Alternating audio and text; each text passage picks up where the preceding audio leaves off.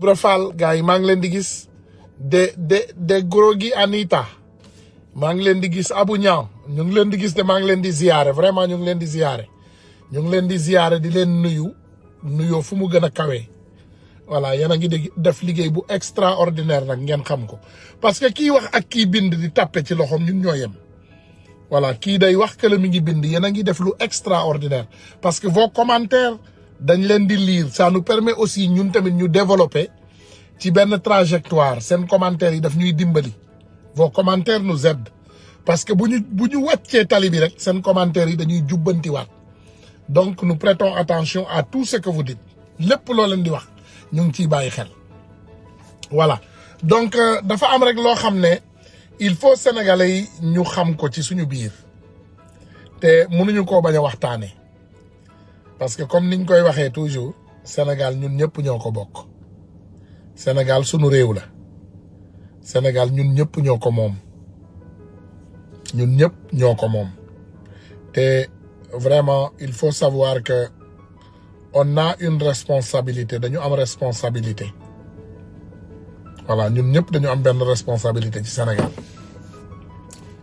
te responsabilité boobu permettre nuñu ça ne nous permet pas ñu toog benn place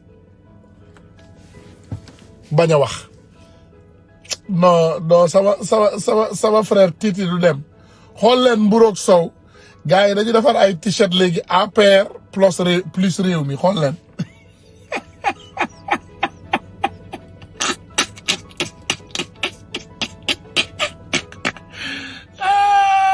non c'est pas possible gars yi dañu defar benn t-shirt léegi marron plus orange bi quoi APR plus réew mi non li gën a yomb kay def leen mburu rek ak sow def leen mburu ngeen def sow booboo gën a yomb parce que seen kilifa boobu slogan la ñu indil xanaa comme sow déclaré na patrimoine am xanaa mburu tamit mi ngi waaj a déclaré patrimoine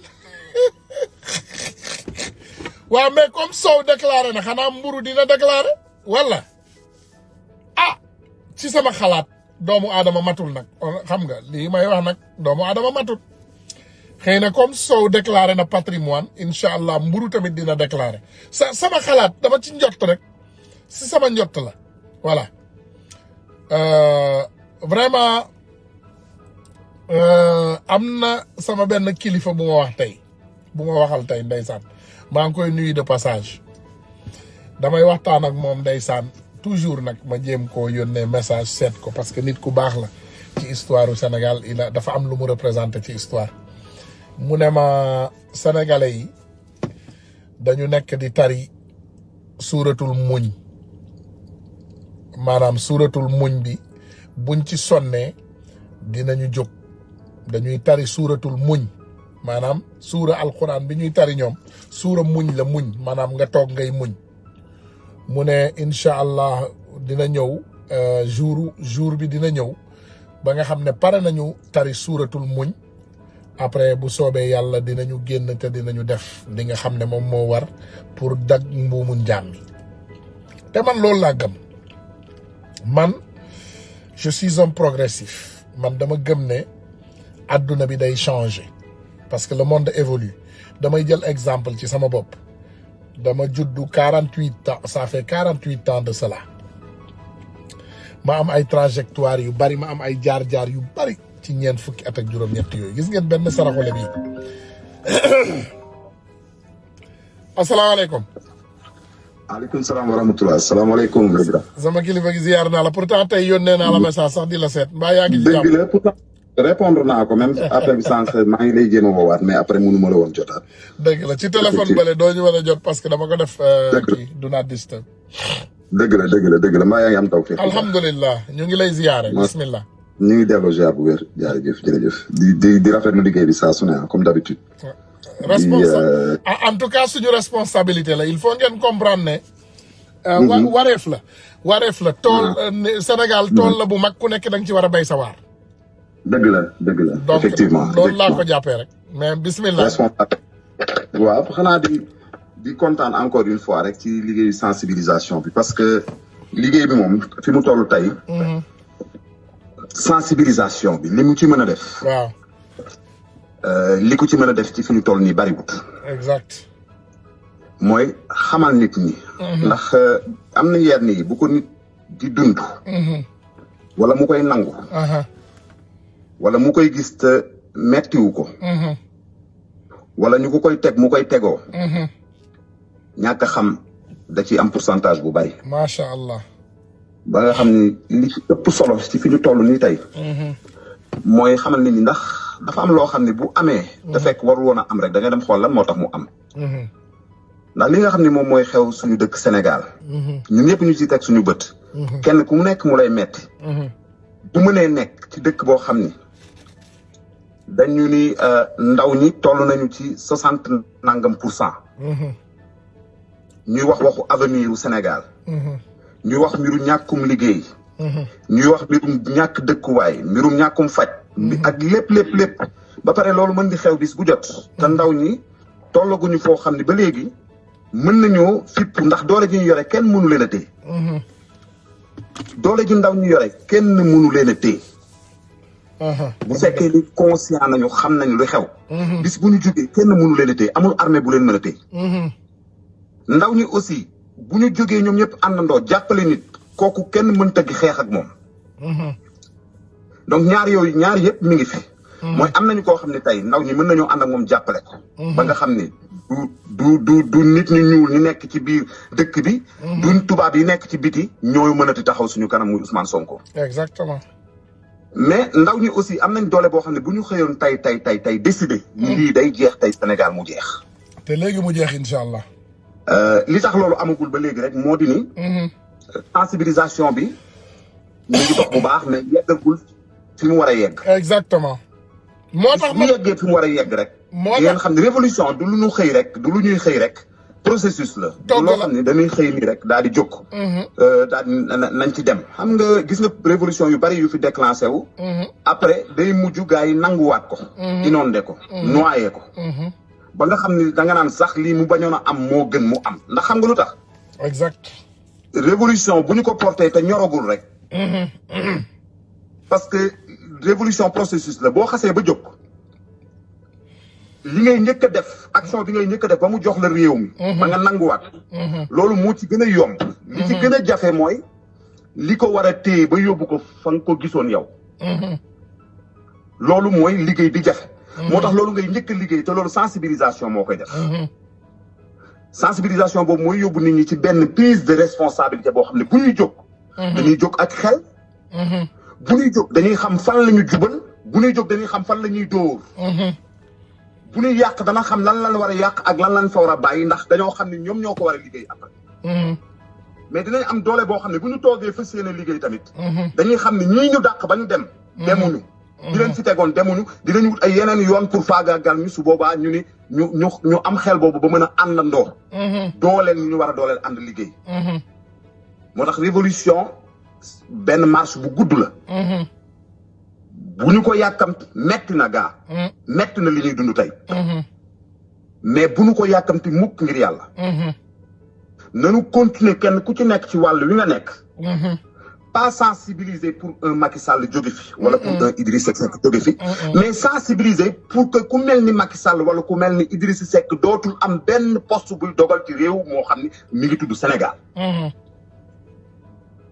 foofu la sensibilisation bi dañoo yóbbu sensibilisation niveau boo xam ne. pas ñi fi nekk nañu fi jóge mais ba bu kenn koo xam ne niroo na ak ñoom bu mu mënati am luy niroog ndombay tànk boo xam ne certificat sax bu mu ko dirigeeti. parce que nit ñi am na foo yóbbu seen xel. kii diriger seen quartier sax day doon koo xam ne ku wóor la. waxuma la ak nag ngay diriger mairie waxuma la ak nag ngay nekk ab ministre waxuma la ba ngay yegg ci di jiite am réew. loolu nag nit ñi ñoo fay toll ndax yàlla suñu borom ci boppam moom moo wax ni. doomu aadama ni ngeen mel. seen njiit noonu lay mel parce que ci seen biir lay tànn seen njiit. il faut suñu def autocritique boobu. yàlla ci suñu biir lay tànn suñu njiit. Macky Sall tout ce qu'il fait bu fekkee ni mi ngi réussir. c'est pas que Sénégalais yi ñoo bon c'est parce que la majeure partie des Sénégalais qui vont voter ni moom la nu mel. loolu moom mooy wax ji la majeure nañu fexe nag léegi ba la majeure partie mel ni Ousmane Sonko te ci xeex boobu la nu nekk actuellement. bis bu ñu fa yeggee wallaahi dinañu jël réew mi te dinañ ko téye te dinañ ko yóbbu fi nga xam ni foofu la ko Sénégalais yi bëgg ba kenn ku nekk gis ci boppam.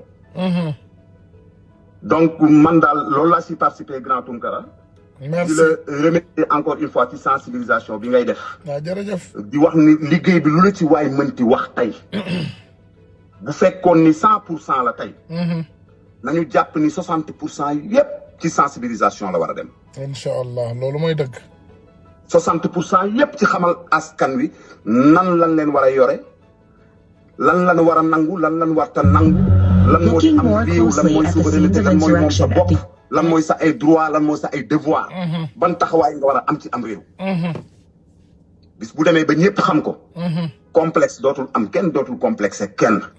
kenn dootul ñee kenn. ndax ñëpp dañuy xam ni ñoo fi bokk yam ñun ñëpp. réew mi ñun ñëpp ñoo ko moom. loo ci yàq sa bopp nga ko yàqal waaye loo ci defar sa bopp nga ko defar. kenn xeexalul kenn kenn ku nekk sa bopp ngay xeexal. incha allahu rabbi man gëm naa ni dinañ yegg foofu incha allah. jërëjëf merci. et puis voilà maa ngi lay gërëm bu baax a baax di wax ni yàlla sàmm yàlla dëggal taxawaay. jërëjëf grand merci beaucoup merci. merci beaucoup. voilà donc kooku moo doon suñu frère Abdoulaye Pythagore tamit defe naa comme niñ koy waxee toujours mbir mi moom ñun ñëpp xamante nañ ci. voilà ku nekk dafa am part boo ciy béy te ku nekk yaa ngi def vraiment lu jaggi dayoo. voilà Sénégal nag comme niñ koy waxee toujours am réew la moo xam ne ñun ñëpp ñoo ko bokk te ñun ñëpp ñoo ko war a jëriñoo tey boo leen gisee ñu mel ni ñun ñu constant bañ a dellu ginnaaw dafa am lu ko waral. voilà dafa am lu ko waral boo leen xoolee am na ay polémique yoo xam ne mi ngi daw tey ci réseau yi defe naa yéen ñëpp ñun ñoo ko gisandoo.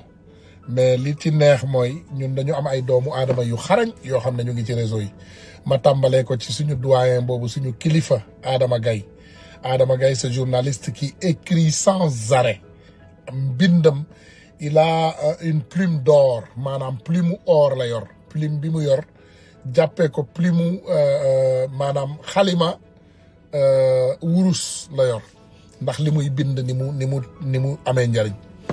il faut savoir que gars yi ñu ngi laam-laamee dara nee nañu dañu bëgg a coupler élection législative ak présidentielle en 2024 catastrophe naturelle la ngi noonu ah.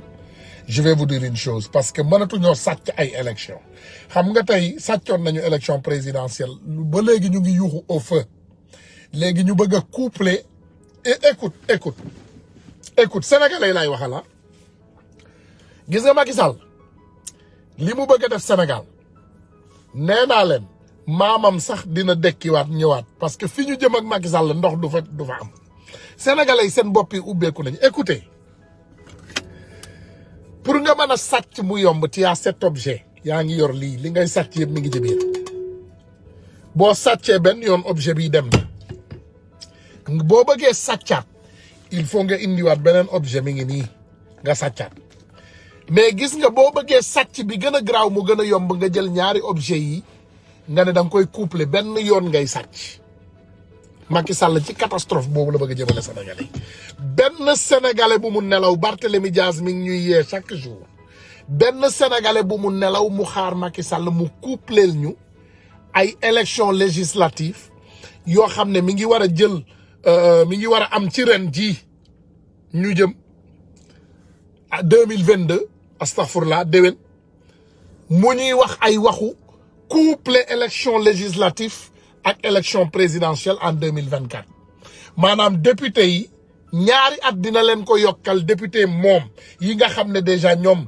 ñoo yàq réew mi dina leen fa yoraat ñaari at pour ñu koy jàllaleel ay banditisme mais bu leen yóbboo ba 2024 mu daal di sàcc élection yi jàllale boppam jàllale ay député parce que dina forcer briguer 3e mandat en ce moment te sénégalais yi duñ ci man dara Macky Sall loolu lay waajal dañu jaral nag sunu bakkan man moom nee naa leen am na loo xam ne jaratul ñu koy toog di ko firil sénégalais yi xam naa ne jour bu Macky Sall yaakaaree ne moom dina yor Sénégal xamal ne ñun ñu bari ñu mel ni ñun danañu faatu te danañu yóbbaale ñu bari ci sa ambassade yi ak sa gouvernement yi loolu na la leer ñun danañu faatu man moom pare naa pour faatu pour Sénégal loolu moom bu la leeree muy sa jàmm xamal ne dans l'histoire du Sénégal tu auras une catastrophe dans ta main boo xam ne yow ba nga juddoo ba léegi masoo koo dégg parce qu'il y a des Sénégalais qui sont prêts à mourir ma wax la loolu dolli ko ci sa xam-xam donc Macky Sall mi ngi jël loolu di ko jël di ko bavouer fu ne ci réseau yi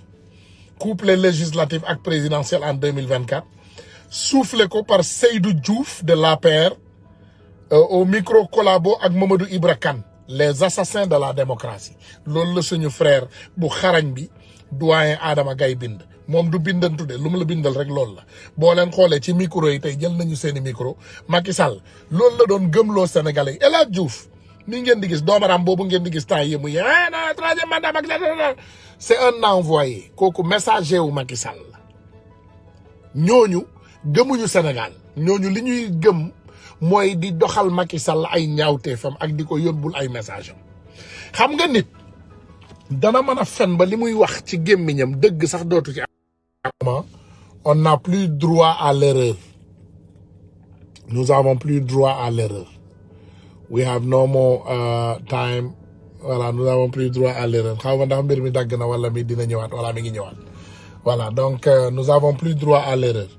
dama leen di tegal El Hadj Diouf ngeen déglu ko ça c'est El Hadj Diouf ah ngeen déglu bii vaar la dama leen koy tegal rek ngeen déglu ban façon nit on a affaire à quel genre de personne.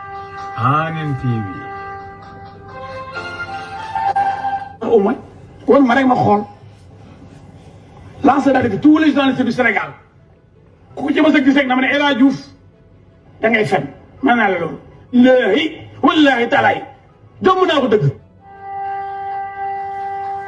déglu leen El Hadj Diouf déglu leen. am naa ci ay réew yu bëri jël avion dem fooy mu ne ma faa rey aw ma kenn ku ma assisté pour défendre après ma ne ma yoon nit mënoon na yoon nit mu ñëw rey ma. mais muy sa liggéey mu fay la ci aussi. waaw fay ma dara. ah fay la dara. mu ne après fayu ko dara déglu leen. dama ci yokk sax pour jël bi avion. mais fi mu toll nii am nga dara bu gën a neex. boobal la. isam abere bi gaa yaa ngi ci suukaru. non boobu depuis 2000 la boobu kay fay ne ma fi lu jeex macha allah. li ma défendre nit pour xaalis. kon benn vola nga ci demee woon ah. non jël na ma waxtaan ak man xam naa ne amatul peut-être doole yam amoon président bu. mais bi nga koy am ma nga la ko doon jox. joxuma ko. bu ñu koy dindi fay na ma. fi mu toll nii milliardaire nga grand. waaw mun naa ne waaw.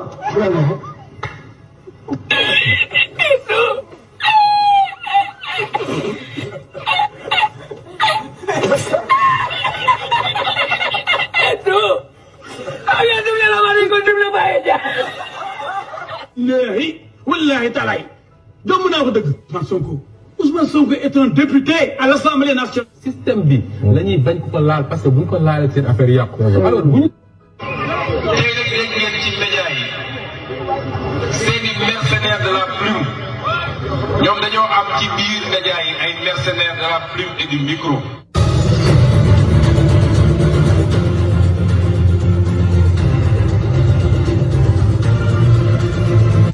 gis ngeen li ma leen wax boo leen jëlee exemple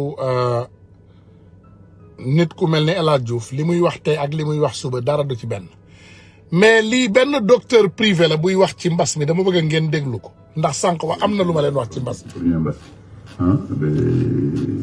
laal yow tam doon fees ba mu jékki-jékki nag vraiment demoon nañu bay gisatuñu kenn bon ça veut dire sa kooku nag pourcentage la ci situation population bi parce que ñi ñëw privé bi xam nga bon bariwuñu motuñu 20% de la population bon donc bi 20% yooyu demee ba jeex ba ñëwatuñu ma xam ne aussi am na lu mu représente ci dëkk bi mais nag jeexul woon te dañ ko doon nappal te aussi événement bu am importance am ay nit yu ñu respecté ñooñu tamit dañ leen doon sutural bu dara. kon événement religieux yu mag yi nga xam te ne moom si diggante bi ñu seetlu ne mbir mi dafa wàccoon kon dafa am ndëppal bu si am si chiffres yi.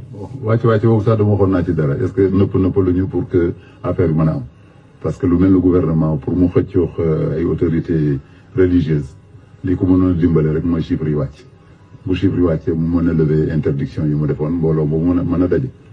bon bi mbooloo mi daje ba pare sax sëriñ bi nee na mu ngi baalu ak ñi ñëwoon ci événement bi parce que jël nañu risque ci seen dund jël nañu risque ci seen dund ci seen vie ñëw ci événement bi ce qui fait que à partir loolu tamit ñëpp ruus même bu la dalee sax da nga koy jéemee nëbb parce que bëgguloo quand même taxal sa kii nga gëm donc dëgg nañ ci ay grippe ay yaram yuy metti bon mu tas bu ngeen seetloo sax deuxième vague bi léegi bàyyiwul benn région à part Tambacounda la ñuy wax mais Tambacounda ni mu sore xam naa pour am ku lay testé ak ay structures médicaux yu la mën a jël en charge moo tax peut-être xamuñ ci dara mais Fouta bi ma jógee amu foon demoon naa fa dans le mois d'avril y avait rien y avait rien nit ñi faaluñu ko woon sax y avait d'autres régions yoo xam ne dañu waxoon ne amu fa mais après événement bi ñu toogee deuxième kii bi vague bi vraiment amul quartier amul région au Sénégal bu ci bokkut. ndax tamit yow yaa ngi si privé bi si li nga doon am si lu ñu tuddee première vague entre guillemets ak jamono ji si wàllum urgence nii di ñëw ndax jàpp nga ne aussi nit yi gën nañoo ñëw si lim bu gën a bari ak tamit ndax ñi nga xam ñu ngi si ñàkk seen bakkan aussi yow yaa ngi nemmeek loolu si par rapport ak chiffres yi nga xam te ni moom nga am.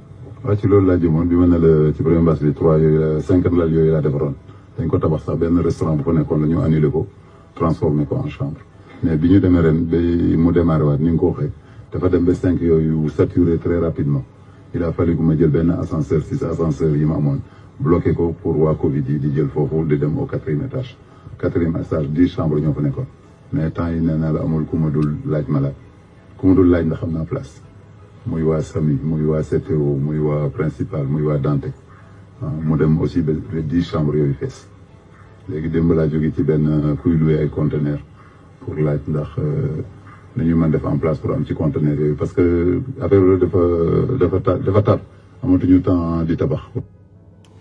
Tu as vu qu'on est dans une catastrophe sanitaire en fait parce que tey li ñu doon wax Macky Sall avant bi mbas mi tàmbalee nee nañ ko mu jël déjà fële nga xam ne dëkkam bale mu tabax dëkku jinne bale mu tabax te kenn dëkku fa mu nekk jam ñaajo nee nañ ko mu transformer arènes yooyu yëpp en des lits d'urgence def ko ay hôpitaux d'urgence jël feebar yëpp yóbbu leen foofu ñu faj leen waaye doomaraam ji mi ngi politique boobu ba léegi mi ngi lekk xaalisu sénégalais yi di tappale di dox ci ay fen ak ay naxaate ak ay naxee mbaay di delloo Sénégal ginnaaw di toroxal doomu sénégalais yi di faatu et le seul responsable je vous le dis les sénégalais c'est Macky Sall ku dee Sénégal Macky Sall moo la rey ku dund yàllaa la dundal waaye ku dee Macky Sall la rey parce que Macky Sall moo ñëw indil ñu fi ab mbas parce que dafa ubbi ay frontières am bàyyi feebar bi propagé wu fu nekk ci biir dëkk bi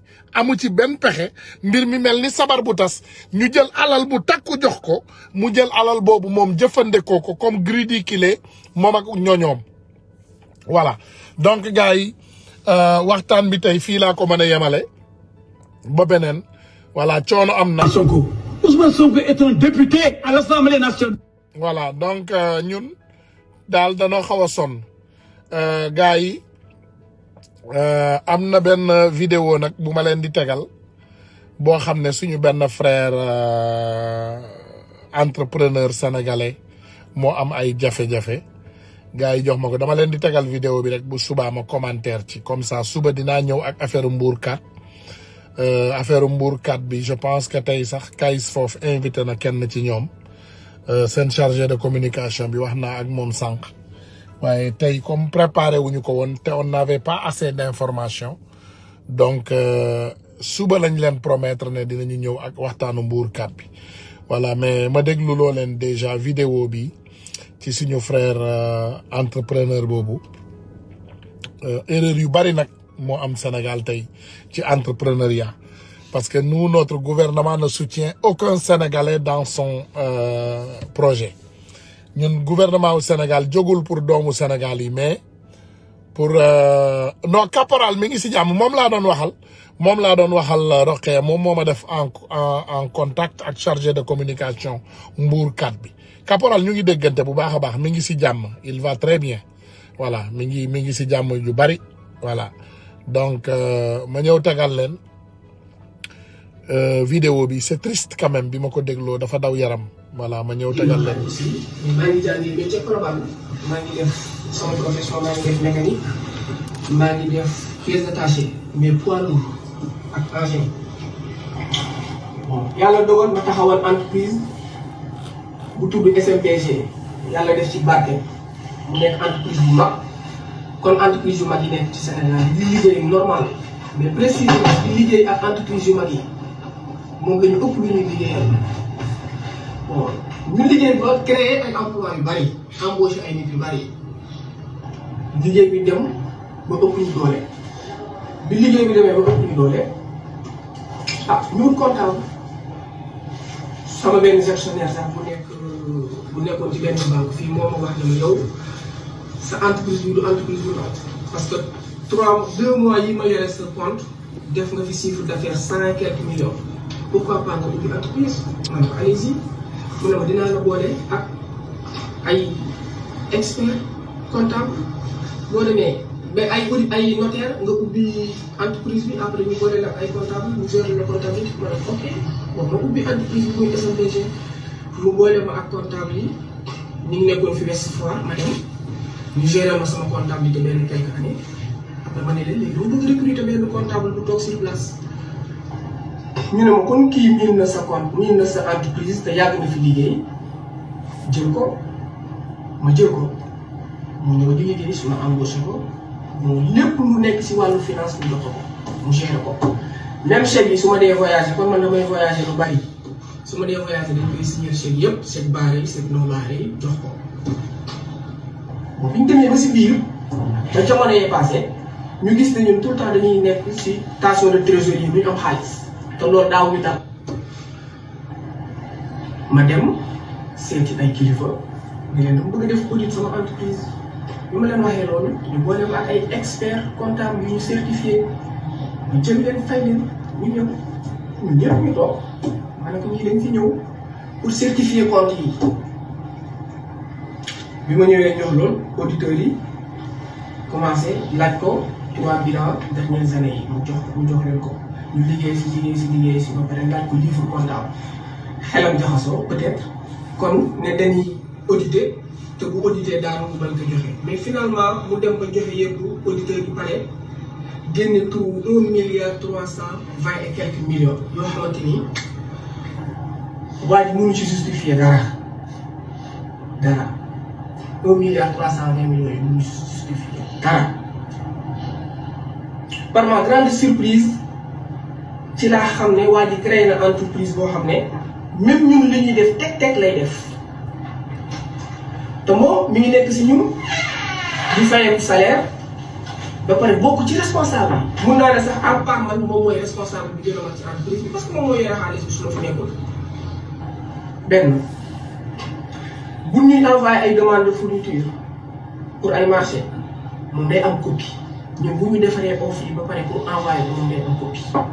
léegi lépp lu ñuy jaayee 100000 moom daf koy jaay 90000 wala 80000 lépp lu ñuy jaayee 50000 mu jaayee ko 40000 wala 38000 yàlla dogal loolu yëpp suñu borom dimbali wu ñu xam ko ak yeneen ñu jël yëpp porter plainte avant ñuy porter plainte tamit ñu xam ne moom ak suñu soxna bu mag dañuy déggoo dañuy waxtaan. dem ba xam ne moom jëndal na soxna si téléphone portable boo xam ne man xaw ma ko jëndal na ko puce expresso boo xam ne man xaw ma ko ñoom ñaar ñu si déggante ba pare tout le temps ndaw si du ko laaj ndax waa ji amul benn changement ci yow ba pare ci biir audit bi ñoom tout le temps dañ doon waxtaan ndaw si di ko laaj ndax yaa ngi enregistré yaa ngi lii bon bref loolu yëpp daal bi mu amee ba plainte bi dugg section de recherche Colobane section de recherche plainte bi yàgg na fa bi ñu paree ci seen i enquête dañoo ñëw bureau fii jàpp si comptable bi yóbbu fi lañ ko fekk mënatu ko yóbbu ko 2 jours après xaw ma 1 journée après ñu ñëw jàpp si madame kër ga lañ ko fekk jàpp si ko yóbbu ko bi ñu defee quelques jours commandant bi woo ma toog ndaw si toog mu woo capitaine Touré toog mu ne ma sa jabar sa alal takk wu ci laale wu ci te boo amee règlement de compte booy réglé ak moom ngeen defee ko kër ga par exemple mel ni kon moom commandant bi moom dafa am règlement de compte ak man te man bi may ñëw foofu di porter plainte ay preuve yu leer laa indi man bi ma ñëwee ñoom dañ dama yow dangaa togg ba pare yow danga ñoo jox rek ne ñu lekk leen parce que lépp andil nga ñu ko loolu lañ ma wax def enquête bi ba andi ko kon xaw ma nag li xew laa bëgg a xam lan moo tax loolu am xaw ma ko mais loolu am na comptable moom jàpp si nañ ko 6 mois ñu ngi ci kaso bi léegi il faut ma waxtaan ak presse bi pour adduna bi xam li xew parce que tey man yàlla dogal na entreprise yu ma di nekk Sénégal yëpp damay liggéey ak ñoom te depuis 1 an mi ngi nii maa ngi toog fii liggéeyuma depuis décembre 2019 avant may jógee Paris laa yëg affaire bi ma ñëwee ba léegi maa ngi si di ko dox kenn jàppale wu ma si maa ko dox suñu borom dimbali ma nga xamal lépp sama bopp li ma yoon wax ma teg ko ñun nag dañ nekk ay jeunes dugg ji wuñu si ay gaal musuma dem émigré musuma génn Sénégal sama première génn Sénégal sama xaalis laa jël dem bitim réew jëndi marchandise indi ko te créé naa ay emploi te ay pères de famille ñooy liggéey fii si dans seen wërsëg kon benn saay-saay boo xam ne dañoo yaakaaroon ne bokk na ci jeunes yi ñu war a dimbali ñu jël ko mu ñëw ñu nekk association malfaiteur bu garaaw bëgg a détourner sama xaalis man loolu laa muñ loolu laa mun seetaan looloo moo waral sama génn bii. fii nag Sénégal wax bi yomb na des fois nit ñi da ngay wax ñu ne dañ lay jàppale dañuy def nii mais après doo comprendre da ngay wax ak ni tey suba mu changé doo comprendre doo xam li xew mais su ma waxee ak Sénégal yëpp xam li xew képp ku nekk Sénégal xam li xew danañ xam en tout cas ñi ngi seetaan seen doom boo xamante ni tey fu nekk mënoon na fa su ma neexoon jël sama njaboot yëpp dem fu ma neex si àdduna bi mun naa fa dëkk parce que fu ma bëgg a dem tey balaa guddi ma dem fa suñu borom defal na ma yombal boobu mais su ma toogee fii di liggéey créer entreprise di créer waat entreprise wala liggéeyloo ay nit ñu bëree waruñu seetaan ay benn malfaiteur wala dal sama kaw te li ñu gisagun rek la mooy 1,320 milliard loolu la ñu gisagun mais ëpp na loolu. dafa am ñu nekk seen ginnaaw. bien sûr dafa am ñu nekk seen ginnaaw du ñoom rek dafa am ñu nekk seen ginnaaw parce que ndaw si biñ ko jàppee neen taxul ñu bàyyi ko. am na lu tax ñu bàyyi ko li tax ñu bàyyi ko nañ ko gëstu dinañ ko xam. dafa sëy la moom bàyyi. man baaluma kenn sama alal dama ko ñàkk. da ngay continuer xeex. damay xeex te lii maa ngi siy woo président de la république Macky Sall maa ngi koy wax moom mooy président ñëpp ñun ci moom la ñuy xool parce que moom dafa jóge ci famille bu pauvre ba àgg fi mu àgg man damay roy si moom ci famille bu pauvre laa jóge kon moom ginnaaw raay laa juddoo ginnaaw raay laa yoroo ginnaaw raay laa màggee samay doom école yi gën a baax fii ci Sénégal la ñuy jàngee kon te bokk naa si tey bu ñuy wax chef d'entreprise yi gën a mag fii Sénégal dañ ma siy boole kon maa ngi koy wax ne ko président de la république am na ñuy néewal sa benn doom doole boo xamante ni liggéey na ba àgg au sommet bu fi nit ku baax di àgg bu àgg fa te ñu ngi koy néewal doole loolu maa ngi koy lancé président de la république mu dégg ko sama dossier bii mu teg ci bëtam teg ci noppam xulli bëtam xoolal ko loolu laa am lu ma siy wax. Voilà, sa seule erreur mon frère on sympathise te dinañ la jàppale inshallah ba yàlla may la ndam mais sénégalais seen seule erreur bàyyi leen président Macky Sall teg loxo ci dossier bàyyi leen président Macky Sall xool sama dossier bàyyi leen ci moom laay yor Macky Sall musul yor benn entreprise ci àdduna bi bu am succès il faut le savoir Macky Sall on l'a élu en tant que politicien à la tête d'un pays il est devenu milliardaire sur notre dos il a volé notre argent et il gère notre pays et on l'a donné suñu matuwaay lañ ko jox donc bàyyi leen jël Macky Sall déjà di ko def un héros national Macky Sall d'accord ci pauvreté la juddu waaye joxul exemple pauvreté donc sénégalais yi boo leen di wax leen yoon dafa am Sénégal te Macky Sall moomul yoon bi Macky Sall c'est un bandit déguisé yéen a ko fal dafa mel ni sama fuwaa ji bokk nga ci ñi nga xam ne yéen a fal Macky Sall il faut ngeen arrêter waxee noonu on sympathise avec toi suñu frère nga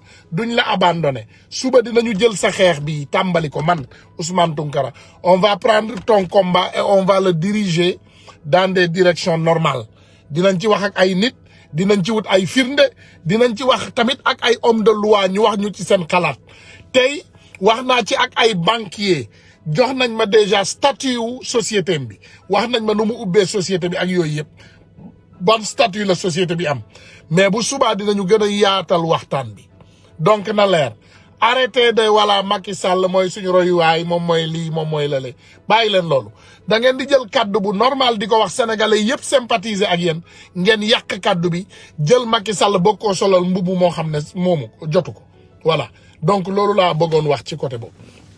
donc gars yi ñun ñoo déggandoo suñu frère entrepreneur bi naqar bi nga xam ne moom lañ ko teg ci Sénégal nag ndeysaan société étranger yi duñ fa am benn problème société sénégalaise yi rek ñooy am problème société sénégalaise yi entrepreneur sénégalais yi Macky Sall day def lépp lu mu man pour nasaxal leen daaneel leen comme ça mu dooleel li nga xam ne moom mooy société étrangère yi xam nga chinois du jooy problème bu mel ni Sénégal français du ko jooy italien du ko jooy américain du ko jooy benn société étranger nekkul Sénégal buy jooy lii voilà yéen a ngi koy gis mais nag ñun suñu ndaw Sénégal gii nga xam ne dañuy daan seen doole ñoom dañ leen di daal di suul dañ leen di faat suul leen parce que arrangé wu leen ñooñu am doole parce que Sénégal moo tax kenn amu fa xam-xam kenn amu fa doole parce que dañuy fexe ndeysaan nu ñu nasaxalee xam-xam yi nasaxal doole yi ba sénégalais yi continuer vivre dans l'ignorance parce que sénégalais yi bu ñu yeewoo ñu commencé am xaalis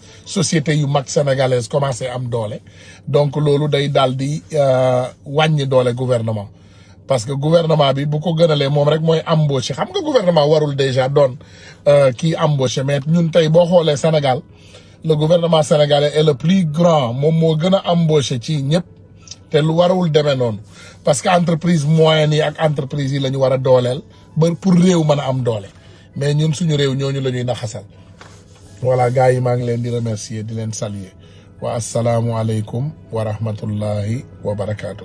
suba dinañu waxtaan nag suba waxtaan bi dina am solo donc suba encore 15 heures